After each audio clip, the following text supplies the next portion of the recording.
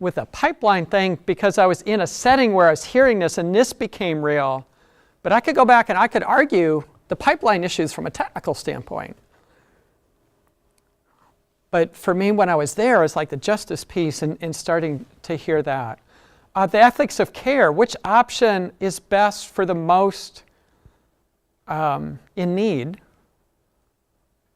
The virtue, which option leads to demonstrate honesty or other virtues? So these are approaches that you can use to look at ethical issues. And when I kind of joked about the utilitarian, I don't want to dismiss that. It's an important thing.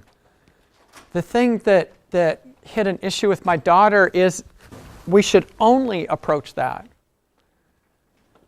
And as professionals, a lot of these things involve people. And you all in your careers are going to be involved with a lot more cultural, multinational issues that raise a lot of these things. So an answer that fit in one context may not fit in others. So part of the goal of this is to get you thinking about how do I approach these pieces? Because if I go back to this, what are the questions that I ask? How do I approach these things? And what are the things that are important to me?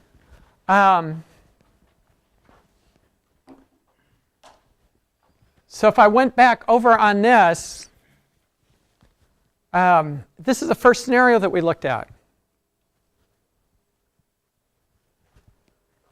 Which of the approaches did you all hear discussed in your groups?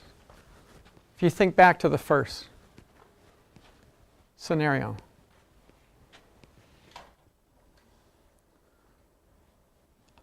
I know I thought I heard a lot of the rights. As far as which rights?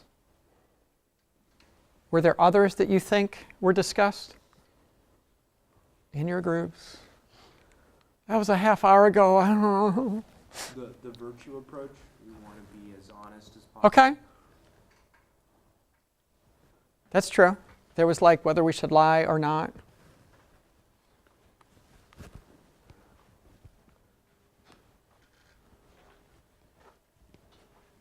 All right. Some of the things with this, one of the things, and one of the reasons that this bubbled up is we actually had somebody involved with this scenario that made the comment that, well, the children don't know anyway, and made a very derogatory statement about the children with disabilities that would make you think that they weren't thinking of them as people. Now, and that's the kind of thing that got us saying, you know what? You want to look at others as people, as human beings, not just because somebody has a disability or because they're poor in a housing scenario or whatever. These are people who should be respected. And then to try to weigh these things. If you look at this scenario, right? So the problem statement, characteristic of an ethical problem, there are two or more positive moral norms that can't fully be realized at the same time. This one, it's like, all right, lie to the child or violate parents' wishes. Can't do both. Identify the stakeholders and their interests. Identify the relevant ethical values. What are the relevant facts?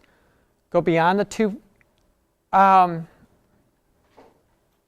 options that were presented. We presented one or the other. Are there other ways to go through this? So sometimes it's like, okay, presented with these things, is there a way that I could go back? With this scenario, what would be an option? What if I pulled the parent aside and tried to make my case?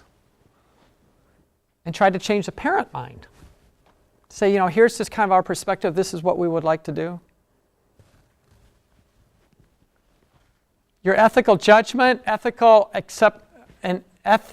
acceptability of each option is judged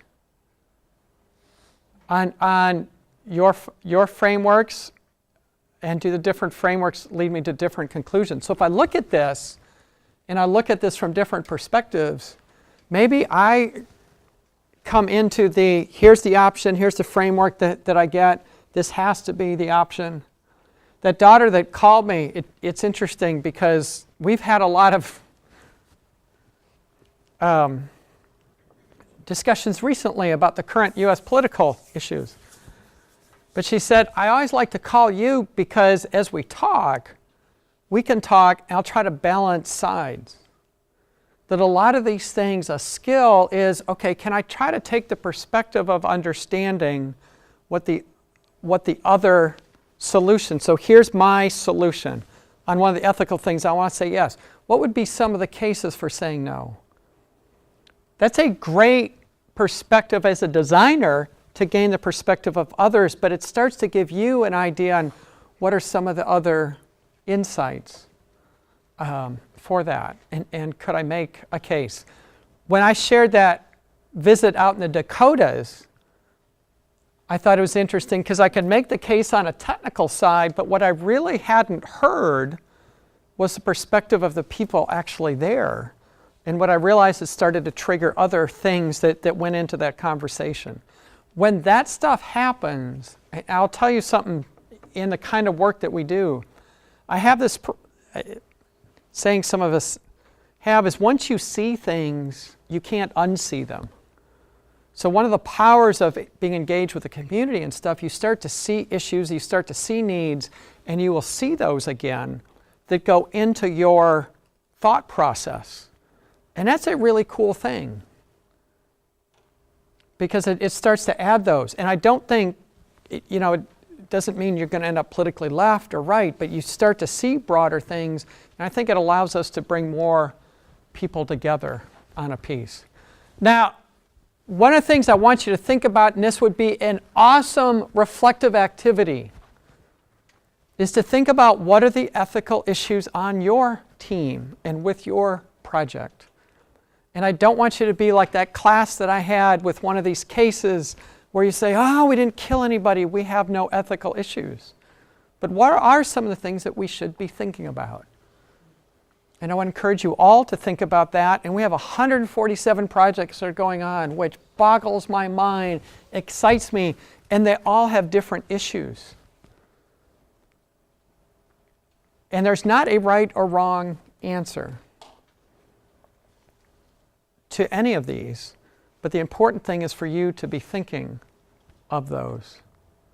And I want to leave you with one thought, and just to make sure, right? So we need your name, your ID, true to number 1. Strong ethical standards are required. I had a professional experience, worked in aerospace, where we had a contractor that supplied parts that they had signed off on tests that were not done. And I still, can't understand how people would intentionally put people's lives, potentially thousands and thousands of lives, at risk. But one of the things I think happens is we lose sight of, here's our ethical decision-making process, and have that. I think those people had to have had their ethical decision-making compromised, and that, I would guess, happened over a long period of time. It is something that you need to develop as yourself, as a person, as a professional, and it is something that may lead you someday to make a choice that's not fun or may have hard. But it's a thing that can open a lot of doors, but it's important for us to have those and be aware of what we're thinking. Okay? Enjoy sleeping in next week. Thanks for viewing online. If you leave the attendance sheets up on a table, that would be great.